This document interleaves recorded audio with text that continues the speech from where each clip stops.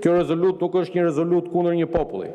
Ajo nuk i drejtohet kurse qytetarëve të Tiranit, të cilët janë shpesh dhe jemi gjithë dëshmitar, janë vetë viktima e një regjimi represiv. Ajo është një qëndrim kundër praktikave shtetërore që mbështesin terrorizmin, destabilitetin dhe përdorimin e dhunës si një akt i pastër politik. Shqipëria ka treguar vazhdimisht se është një partner i besueshëm në luftën kundër terrorizmit. Kontributi ynë në NATO dhe në misionet tona ndërkombëtare është dëshmi e qartë e këtij angazhimi të vazhdueshëm. Kjo rezolut është pra vazhdimi logjik i këtij angazhimi.